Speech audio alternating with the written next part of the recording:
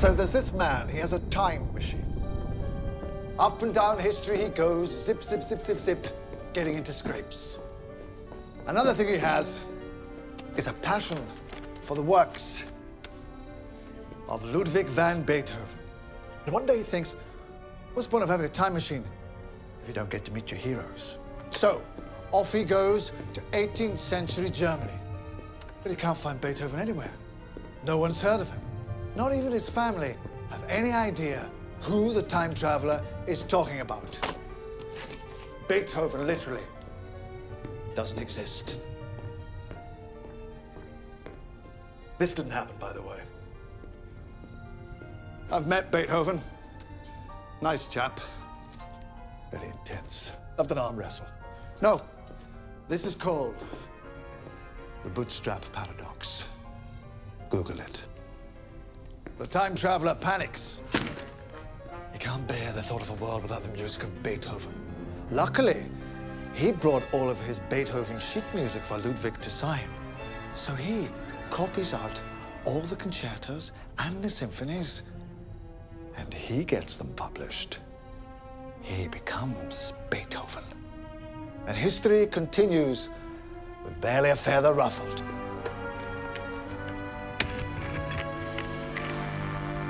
But my question is this. Who put those notes and phrases together? Who really composed Beethoven's Fifth?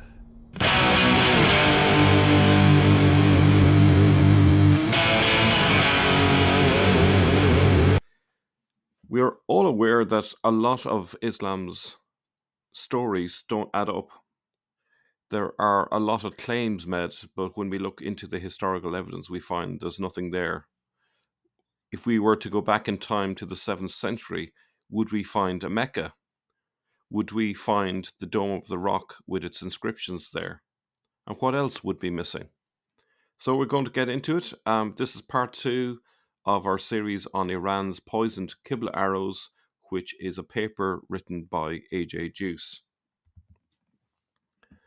Unknown events tie Baghdad to Narbonne. So what does it all mean? To answer this question, let us regard all this data as inadmissible, all of it. We never heard of it. Strike it from the record. Indeed, let us make a hypothesis that is based on what we should not have been seeing. Unknown events tie Baghdad to a Jewish divine presence in French Narbonne at around the decades at the beginning of the Abbasid Baghdad era, and to Girona in Spain somewhat later. With that frame in hand, we can discard all data and disputes about its methodology. The short answer is 5-layered. The Abbasid caliphs were Jewish, and they played Muhammad. The throne of Muhammad was complemented by the Jewish throne of David in a dual government in the style of modern-day Iran. The Jewish throne of David is responsible for government, administration, and warfare in Abbasid Islam, as commanded by the Quran. One of those in the context of the Jewish throne of Muhammad and the Jewish throne of David moved from Baghdad to Narbonne, France, in the 750s AD, which happens to become the seat of the King of the Jews in Europe. The move to Girona in Spain at the turn of the 13th century reflects the move of the European King of the Jews with his court from Narbonne to Girona. The first instinct would be to suspect that the mosques with construction layers that are oriented toward Narbonne or Girona must have originated with synagogues. That is not so. Between the arrival in Narbonne and the move to Girona in Spain is a window of roughly 4.5 centuries. Islam, according to tradition, was so far advanced in the 13th century that no Jews should be visible in Iran, but it is so. Discarding tradition altogether makes Jewish leaders visible in Iran, just not with their Jewish names. Double naming conventions are part of the concealment mechanism.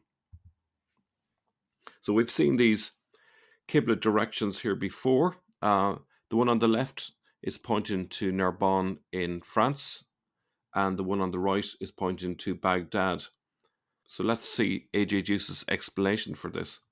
Jews oriented their prayers toward the divine presence, the Jewish Exilarch, and the Jewish Nasi.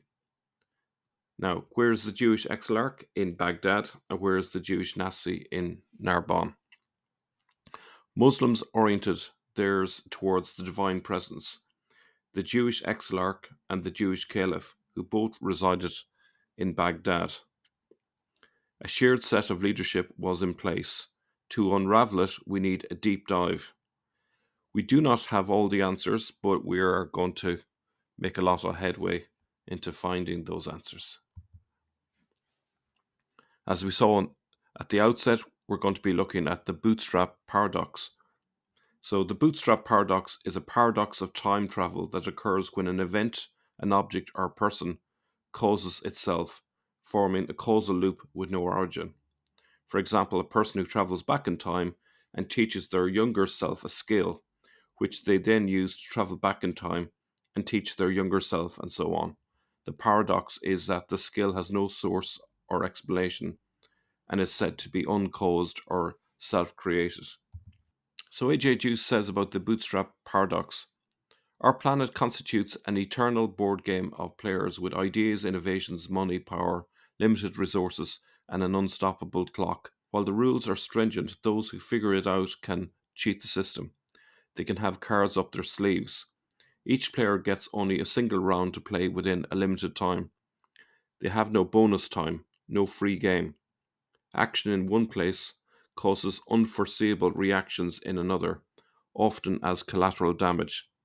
Actions of the present cannot alter the actions of the past. If a player distorts or falsifies the past of the game in one place, a bootstrap paradox shows up at some point down the timeline, where a backdated narrative clashes with the reality of another time. In Islam and Judaism, such paradoxes are plenty. The presence of the Al-Aqsa Mosque in the Quran poses a tremendous challenge for proponents of Muslim tradition. The Quran is the central scripture of Islam. It is claimed that the 114 surahs were based on Allah's direct words to an illiterate prophet Muhammad. The revelation ended with Muhammad's death in 632 AD. The Al-Aqsa Mosque is prominently featured in a single surah of the Quran, but it is not situated at its current site until the 12th century, post-Crusades, and no Muslim building could have stood on the Temple Mount before 639 AD, well after the Prophet's traditional death. A building of the Quran on top of the most conflict-laden mount on earth has not been a frequent observation by travellers. Jews, Christians, and Muslims passionately share in their concerns about the fate of this place, but nobody took the pain to mention or describe the building. As David A. King was having a friendly exchange with Dan Gibson among experts over the orientation of the Al-Aqsa Mosque, I was in preparation of a paper about the Temple Mount. It never saw the light of day.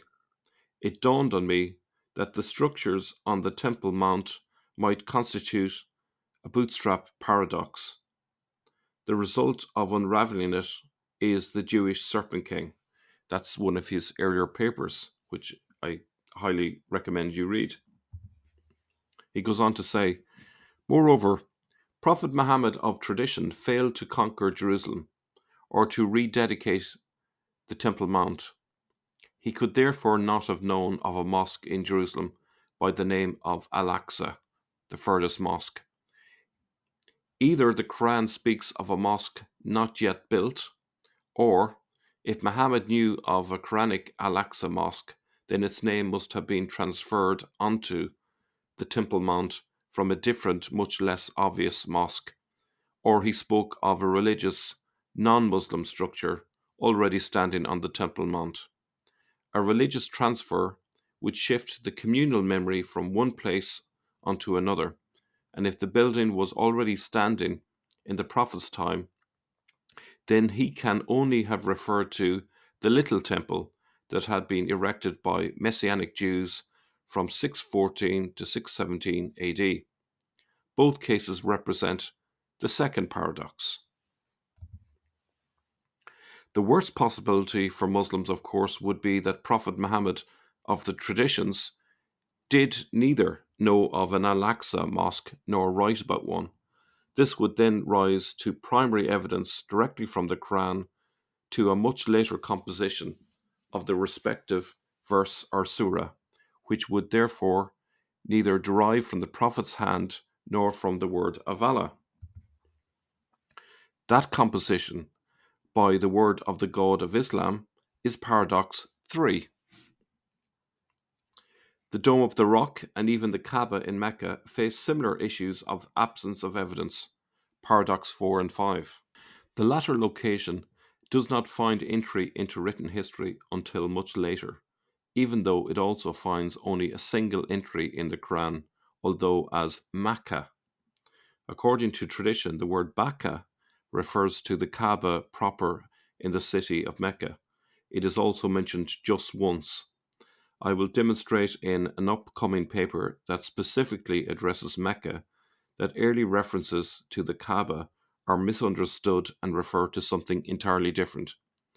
While not referred to in the Quran, the Dome of the Rock contains mosaic inscriptions that are believed to constitute the very first evidence of the existence of both Islam and the Quran, but the building in its octagonal form, albeit smaller, is not attested until the late 10th century. The mosaics on the inner octagonal were mounted during the reign of the Ottoman Sultan Suleiman the Magnificent. The Big Daddy of inscriptions went through 4 phases. First, it referred to Umar until Suleiman's reign, possibly since the 12th century or earlier. Second, it was changed to Abd al-Malik, while the drum was completely replaced under Ahmed III in the 18th century.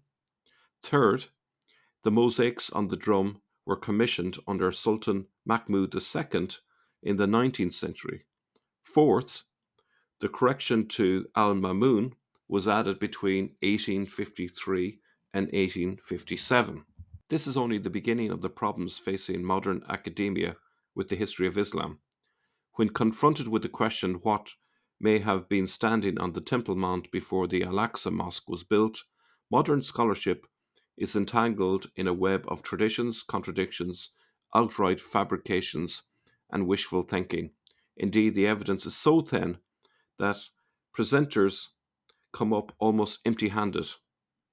Is the reason that no buildings were mentioned between the Third Jewish War and the primary evidence of a building called Al-Aqsa the same, i.e., there were no buildings at their specific locations on top of the mount?